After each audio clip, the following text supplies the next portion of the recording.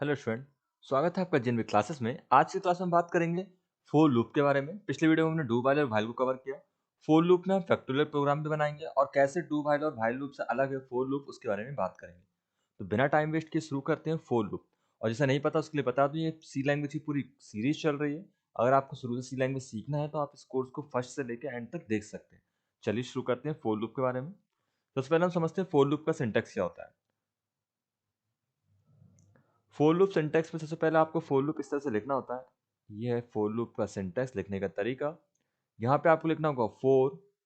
अब पहले मैं आपको ये समझाता हूँ उन लूप में और सभी लूप में आखिर पैटर्न सिमिलर क्या होता है। सबसे पहली चीज होती है इनिशियलाइजेशन। इनिशियलाइजेशन इनिशियलाइजेशन मीन्स होता है कि आप एक वेरिएबल डिक्लेयर करते हैं। जैसे कि हमने अपने प्रोग्राम में क्या है, इंट कुछ भी आई ए बी सी डी, तो आई और इक्वल जीरो। इसका मतलब होता है कि स्टार्टिंग वैल्यू देना, इनिशियलाइज करना वेरिएबल को। तो आई इक्वल टू जीरो इनिशियलाइज हम कैसे भी कर सकते हैं, या तो कोई जीरो वैल्यू देके या कोई भी एक वैल्यू देके, या यूजर से वैल्यू रिसीव कर सकते हैं हम। बट एक वैल्यू जरूर देना होता है ताकि लूप की स्टार्टिंग वैल्यू हम डिसाइड कर पाए कि लूप कहाँ से शुरू होगा। तो इनिशियलाइजेशन होता है int i equal to zero. इसके बाद दूसरे नंबर पे क्या होती है, कंडीशन। कंडीशन जैसे कि हम सभी जानते हैं कि लूप कितनी बार चलेगा। जैसे कि आई अगर लेस देन होता है 10 से, तो इसका मतलब ये लूप 10 बार चलेगा। जीरो शुरू होगा तो 9 तक जाएगा, टोटल 10 हो जाएंगे। तो ये कंडीशन इस तरह से हम दे सकते हैं। तीसरे नंबर पे जो होता है वो होता है स्टेटमेंट। स्टेटमेंट जो भी हम एग्जीक्यूट करते हैं वो। और फोर्थ नंबर पे क्या होता है, इंक्रीमेंट। इंक्रीमेंट क्या होता है, जब भी हम कोई अपडेट करना चाहते हैं, जैसे कि हम यहाँ पे नॉर्मली करते हैं आई प्लस प्लस, या इसके अलावा आप जिससे भी आगे अपडेट करना चाहते हैं माइनस माइनस से भी कर सकते हैं। और इसके अलावा आप आई प्लस टू, मतलब दो दो स्टेप भी आगे बढ़ सकते हैं। तो इंक्रीमेंट करना यानी कि एक तरह से अपडेट स्टेटमेंट बोलते हैं इसको। ये हमारा मैसेज जो भी हमें कोड रिपीट करवाना है, कंडीशन कब तक रिपीट करवाना है और शुरू कहाँ से करना है। तो ये चार हिस्से हमेशा लूप में होते हैं। हमने ये समझा था व्हाइल लूप में। व्हाइल लूप में भी हमने सेम ऐसे ही किया था। एक पहले इनिशियलाइज किया, फिर एक कंडीशन, फिर एक प्रोग्राम। उसके अलावा डू व्हाइल लूप में भी सेम किया था। सबसे पहले इनिशियलाइज किया, फिर एक कंडीशन मैसेज लिखा, फिर कंडीशन, और अपडेट भी हमने बीच में किया था। इसी तरह से फोर लूप भी काम करता है। तो फोर लूप का सिंटेक्स क्या होता है मैं यहाँ पे लिख कर बताता हूँ आपको। तो फोर, अब इनिशियलाइजेशन करना जो होता है वो इसी में यही हो जाता है, अलग से नहीं करना होता। तो यहाँ आता है इनिशियलाइजेशन, इसके बाद आता है सेमी कॉलन, फिर आएगा आपका यहाँ पे क्या, कंडीशन। जो भी कंडीशन होगी वो कंडीशन आने के बाद फिर सेमी कॉलन, और इसके बाद क्या आएगा आपका अपडेट स्टेटमेंट या इंक्रीमेंट। यहाँ पे मैं इंक्रीमेंट लिख देता हूँ यानी कि आई प्लस प्लस। तो देखिए ये कंप्लीट हो गया। तो इस तरह से फोर स्टेटमेंट लिखा जाएगा। ओके। फिर आएगी इसकी बॉडी फोर स्टेटमेंट की, और यहाँ लिखा जाएगा जो भी मैसेज आप डिस्प्ले कराना चाहते हैं। यानी कि ये एक पार्ट, ये दूसरा पार्ट, और ये तीसरा पार्ट, सॉरी इसे चौथा पार्ट बोल देते हैं। वन टू फोर, ये चार तीनों इधर कवर हो जाएंगे। और जो लास्ट थर्ड पार्ट है ये वाला, ये पार्ट कवर होगा इस तरफ। मैं यहाँ पे आप ये प्रोग्राम लिख के दिखाता हूँ स्क्रीन पर, फिर आप इसे टर्बो में लिखना। स्क्रीन पे इसलिए लिखना ताकि मैं आपको और अच्छे से एक्सप्लेन कर सकूँ। तो देखिए यहाँ पर मैंने तीनों प्रोग्राम लिख दिए हैं, व्हाइल, डू व्हाइल और फोर लूप। यहाँ पे हम एक प्रोग्राम बनाया है जिसमें हम 1 से लेकर 10 तक, 1 से लेकर 9 तक की नंबर्स प्रिंट करवा रहे हैं। तो देखिए व्हाइल लूप में जब हम इस प्रोग्राम को करते हैं तो किस तरह से किया जाता है, ये अगर आपने समझ लिया ना तो आपको व्हाइल लूप में कभी किसी तरह कोई दिक्कत नहीं आएगी। तो देखिए इंक्लूड ये तो हमें लिखना ही होता है, ये तो रिपीटेड स्टेटमेंट्स हैं। अब हम बात करते हैं व्हाइल। व्हाइल आई, अब देखिए यहाँ पे हमें डिफाइन करना पड़ेगा एक वेरिएबल। तो यहाँ पे हम लिखते हैं इंट आई इक्वल जीरो। तो ऐसा करने से हमने क्या किया, मेमोरी के अंदर एक वेरिएबल डिफाइन किया आई। तो आई लेस देन 10। ओके। फिर आई जीरो, हाँ छोटा है 10 से, बिल्कुल छोटा है, तो यहाँ पे प्रिंट कर देगा जीरो। फिर जीरो के स्टेटमेंट को बढ़ा देगा। तो अब आप ध्यान से देखें, ये है पहली स्टेप, ये है दूसरी स्टेप जहाँ पे कंडीशन चेक हो रही है। इसके बाद स्टेटमेंट प्रिंट होना होती है तीसरी स्टेप, और स्टेटमेंट अपडेट होना होती है चौथी स्टेप। इसी तरह से चलता है। अब पहले तो ये स्टेटमेंट एग्जीक्यूट होगा व्हाइल, और ये फर्स्ट टाइम में होगा बस, हर बार नहीं होगा। व्हाइल की बॉडी ये रही, फिर आई लेस देन 10, हाँ लेस देन है, तो ये स्टेटमेंट आएगा इस पर प्रिंट पर। तो यहाँ से प्रिंट होगा आई, फिर प्रिंट आई होने के बाद कंट्रोल आएगा यहाँ पर, आई की वैल्यू होगी अपडेट। आई की वैल्यू अपडेट होने के बाद ये कंट्रोल जाएगा वापस से ऊपर कंडीशन पे, और फिर से आई की वैल्यू को चेक करेगा। अब आई की वैल्यू 1 हो चुकी है, 1 छोटा है कि 10 से, हाँ बिल्कुल छोटा है, तो वापस से ये प्रिंट कर देगा आई। आई की वैल्यू फिर से 2 हो जाएगी और फिर ऊपर जाएगी। तो इस तरह से सर्कल इस तरह से चलता रहेगा, लूप बना रहेगा। तो इस तरह से लूप चल रहा है, आप देख पा रहे हैं। दूसरी, तीसरी और चौथी स्टेप बार बार चल रही है। बट पहली स्टेप बस एक ही बार होकर रह जाती है, क्योंकि यहाँ पे हम ये बताते हैं लूप स्टार्ट कहाँ से करना है। तो लूप शुरू होने के बाद वापस से आई की वैल्यू 0 सेट नहीं होती है, ये याद रखें। आई की वैल्यू बस अपडेट होती रहेगी जब तक लूप चलता रहेगा। बात करें डू में, तो डू में भी सेम है। यहाँ पे एक वेरिएबल होगा इंट आई इक्वल टू 0, ये हमने इनिशियलाइज कर दिया। तो पहली स्टेप तो ये हो गई। दूसरी स्टेप होगी ये प्रिंट करने की यहाँ पर। तीसरी स्टेप में हम क्या कर रहे हैं, अपडेट कर रहे हैं। और यहाँ फोर्थ स्टेप में कंडीशन चेक हो रही है। ठीक है, तो यहाँ याद रखें, पहले इनिशियलाइज हो रहा है, फिर स्टेटमेंट प्रिंट होता है, फिर अपडेट होता है, फिर कंडीशन चेक होती है। कंडीशन अगर ट्रू होती है तो वापस से इनिशियलाइज नहीं होगा, वापस से प्रिंट होगा, और फिर वापस से अपडेट होगा, और फिर वापस से कंडीशन चेक होगी। तो यहाँ पे इस तरह का लूप चल रहा है। ओके, लेकिन इस बार भी 2, 3 और 4 ही रिपीट हो रहा है। यहाँ भी 2, 3 और 4 ही रिपीट हो रहा है, फर्स्ट रिपीट नहीं हो रहा। बात करते हैं फोर लूप में। फोर लूप में इनिशियलाइजेशन भी यही हो गया, ठीक, यानी कि पहला पॉइंट भी यहाँ हो गया। कंडीशन चेक जो होती है, ठीक है, कंडीशन चेक दूसरे नंबर पे होती है, वो भी यहीं हो जाएगी, तो सेकंड भी यहाँ हो गया। स्टेटमेंट प्रिंट यहाँ तीसरे नंबर पे होता है, ठीक है, वो स्टेटमेंट प्रिंट यहाँ तीसरे नंबर पे होगा, और फिर यहाँ चौथे नंबर पे अपडेट होगा। तो ये याद रखें, फर्स्ट सेकंड थर्ड नहीं होता है, फर्स्ट सेकंड थर्ड और फिर फोर्थ, इस तरह से काम करता है। तो आई की वैल्यू फर्स्ट होगी 0, एक ही बार होगी। उसके बाद टर्मिनेट हमने कर दिया एक तरह से, फिर कंडीशन चेक होगी। अब अगर कंडीशन ट्रू होती है तो कंट्रोल सीधा इधर आएगा स्टेटमेंट प्रिंट होने का, और उसके बाद क्या होगा, कंट्रोल इस पे जाएगा, कंडीशन ट्रू में अपडेट करेगा। अपडेट होने के बाद वापस से कंडीशन चेक करेगा और वापस से प्रिंट करेगा। तो ये सर्कल कुछ इस तरह से चलेगा। समझ में आ रहा है आपको? अब फ्लो इस तरफ से नहीं जा रहा, फ्लो इस तरफ से नीचे आ रहा है, ये कैसे हम प्रूव करेंगे? तो इसके लिए हम छोटा सा प्रोग्राम बना रहे हैं। आपको इसमें तो कोई दिक्कत नहीं है। अब मैं फोर लूप को आपको एक प्रोग्राम बना के बताता हूँ, समझाने की कोशिश करता हूँ कि इसका कंट्रोल जो मैं बता रहा हूँ उसी फ्लो में काम कर रहा है, या फिर पहले ये फिर ये या फिर ये अपडेट हो रहा है। तो चलिए देखते हैं प्रोग्राम को। हर बार की तरह हम यहाँ पे प्रिंट कर देते हैं अपने स्टेटमेंट।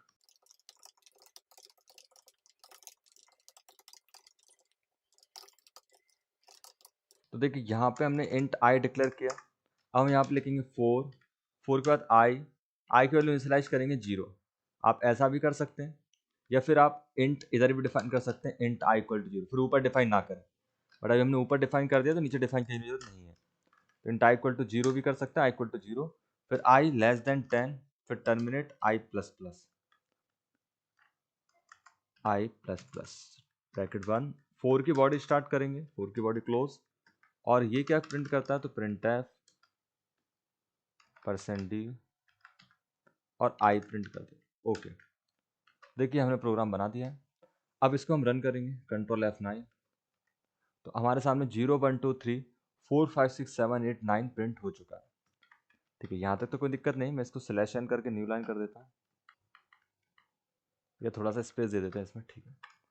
और पुराने आउटपुट को क्लियर करने के लिए हम CLR यूज़ करते हैं, ठीक है। अब देखिए यहाँ पे ये सब कुछ तो ओके है। रन करने पे हमारे सामने 0 1 2 3 4 5 6 7 8 9 प्रिंट हो रहा है। अब जैसे मैंने बोला कि सबसे पहले आई की वैल्यू कितनी सेट होगी, 0 हो गई। 0 छोटा है क्या 10 से? हाँ बिल्कुल छोटा है। तब वो आई को प्रिंट करेगा। तो आई की वैल्यू कितनी है, 0। अब मान लीजिए अगर आई की वैल्यू 0 है, 0 छोटा है 10 से, और कंट्रोल अगर इस लाइन पे जाता है, तो ये आई की वैल्यू कितना कर देगा, 1 कर देगा। तो फिर आई की वैल्यू कितनी प्रिंट होनी चाहिए थी, 1। बट अगर हम देख पा रहे हैं आई की वैल्यू कितनी प्रिंट हो रही है, 0। तो इससे प्रूव होता है कि पहले कंट्रोल यहाँ से नीचे आता है, उसके बाद कंट्रोल अपडेट स्ट्रीम की तरफ जाता है। ठीक है, तो इसमें कोई दिक्कत नहीं। यानी कंट्रोल आपका जो है पहले इधर आएगा, उसके बाद ही फिर यहाँ से जाएगा। यानी कि आई लेस देन 10 से पहले कंट्रोल यहाँ आएगा, उसके बाद ऊपर जाएगा। तो यहाँ पर इस तरह से आप समझ सकते हैं फोर लूप की वर्किंग स्टाइल किस तरह से काम कर रही है। अब इसमें हम एक फैक्टोरियल का प्रोग्राम बनाते हैं, जिसमें हम लूप को अच्छे समझेंगे, फोर लूप को, कि फैक्टोरियल कैसे नंबरों का फैक्टोरियल निकाल के दिखाता है। फैक्टोरियल प्रोग्राम क्या होता है, जैसे कि मान लो नंबर है 5, नंबर है 5, तो हमारा प्रोग्राम मल्टीप्लाई कर देगा 5 का 4, ऐसे इस तरह से मल्टीप्लाई कर देगा 5 इंटू 4 इंटू 3 इंटू 1, इस तरीके से, और इसका एक आंसर प्रिंट हो जाएगा, जिसे हम फैक्टोरियल प्रोग्राम बोलते हैं। लूप की वजह से प्रोग्राम कैसे बनाएंगे, चलिए जानते हैं।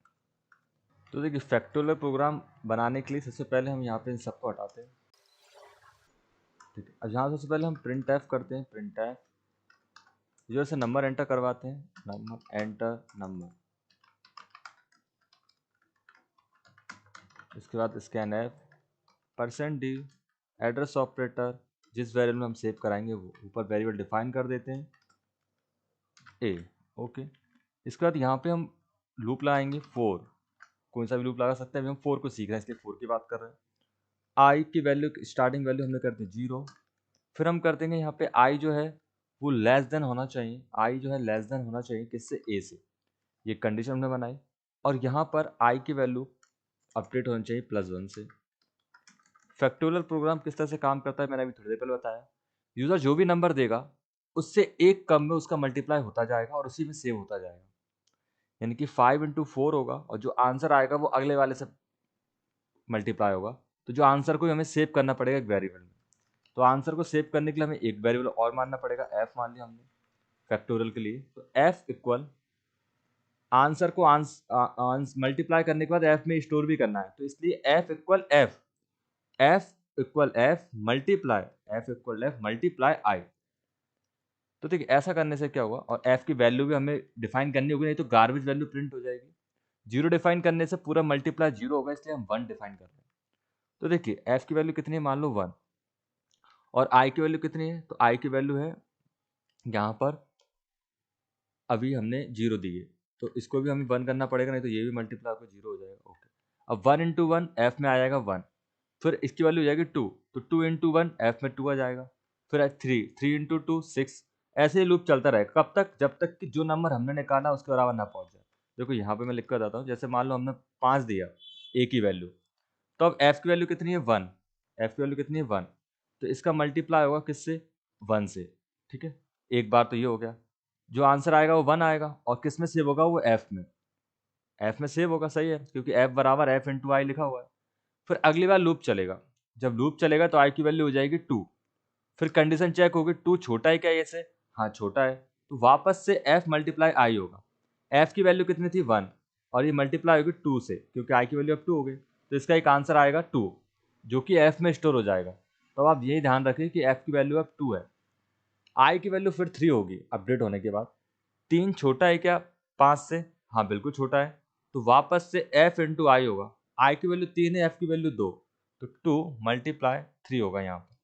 ठीक है, अगली बार 6 हो जाएगी एफ की वैल्यू, 6 हो चुकी है, आई की वैल्यू 4 हो जाएगी, 4 छोटा है क्या ये से, हाँ बिल्कुल छोटा है, क्योंकि ए की वैल्यू यूजर ने 5 दी है ऐसा हमने माना है, तो 4 छोटा है 5 से। एफ की वैल्यू कितनी है 6, जो अभी निकल के आई है, इंटू आई, आई की वैल्यू कितनी है 4, तो 6 मल्टीप्लाई 4। ठीक है, फिर उसके बाद आई की वैल्यू होगी 5, अब 5 छोटा है क्या, नहीं 5 छोटा नहीं है, क्योंकि 5 इक्वल हो गया इसके, बट फैक्टोरियल के प्रोग्राम में 5 का मल्टीप्लाई भी हमें करना होगा, तो हमें एक बार और चलाना पड़ेगा, तो हम इसे इक्वल ही बता देते हैं कि इक्वल होने पर भी रन होना चाहिए। तो 5 इंटू, तो 5 बराबर, छोटा तो नहीं लेकिन बराबर है, हाँ बराबर है, तो 24 का मल्टीप्लाई हो जाएगा 5 से, क्योंकि एफ की वैल्यू 24 थी और इंटू आई की वैल्यू कितनी हो गई यहाँ पे 5, तो यहाँ पे कुछ हो जाएगा आंसर 24 इंटू 5। इसके बाद आई की वैल्यू होगी 6, और 6 छोटा या बराबर नहीं है 5 के, तो ये कंडीशन फॉल्स हो जाएगी। एफ के अंदर फाइनली प्रिंट होगा है 120, और 120 हमें प्रिंट होकर मिल जाएगा, तो 120 प्रिंट हो जाए उसके लिए हमें यहाँ पे दिखाना पड़ेगा प्रिंट, इसे हम लूप के बाहर दिखाएंगे, नहीं तो वो बार बार प्रिंट करेगा। तो फाइनल आंसर कब प्रिंट होगा, लूप खत्म होने के बाद, तो प्रिंट एफ %d, और क्या प्रिंट हो जाए, एफ की वैल्यू, क्योंकि एफ में ये टोटल आंसर है। तो देखिए इस तरह से हम फैक्टोरियल का प्रोग्राम बना सकते हैं। आपको समझ में आया कि वर्किंग स्टाइल किस तरह से काम कर रही है, रन करके देखते हैं। 5, तो देखिए 120 आ चुका है, तो बिल्कुल एग्जैक्टली आ रहा है, और इसको आप देखना चाहते हैं किस तरह से आ रहा है, तो आप प्रिंट को लूप के अंदर ले लें एक बार, तो जैसे मैंने एक एक स्टेप प्रिंट करके दिखाई वैसे हर बार ये मल्टीप्लाई करेगा और प्रिंट करेगा, मल्टीप्लाई करेगा प्रिंट करेगा। अच्छा दिखाने के लिए मैं थोड़ा स्पेस देता हूँ यहाँ पे, अब रन, तो देखिए एंटर नंबर 5, तो देखिए पहले 1 हुआ, फिर 2 हुआ, 6 हुआ, 24 हुआ, फिर 120 हुआ। कैसे हुआ समझ में आ गया आपको, 1 फिर 2 फिर 6 फिर 24, तो यहाँ पे देखिए पहले 1 हुआ, इनका मल्टीप्लाई का आंसर 1 हुआ, फिर 2 हुआ, फिर 6 हुआ, 24 हुआ, और फिर 120 हुआ। तो इस तरह से बड़े आसान से फैक्टोरियल का प्रोग्राम बना सकते हैं। अब आपको यह करना है, यही प्रोग्राम आपको डू व्हाइल और व्हाइल लूप से बनाना है। आप कुछ प्रैक्टिस करिए इसकी, कुछ समझ में ना आए तो कमेंट से जरूर बताएं। Thanks for watching.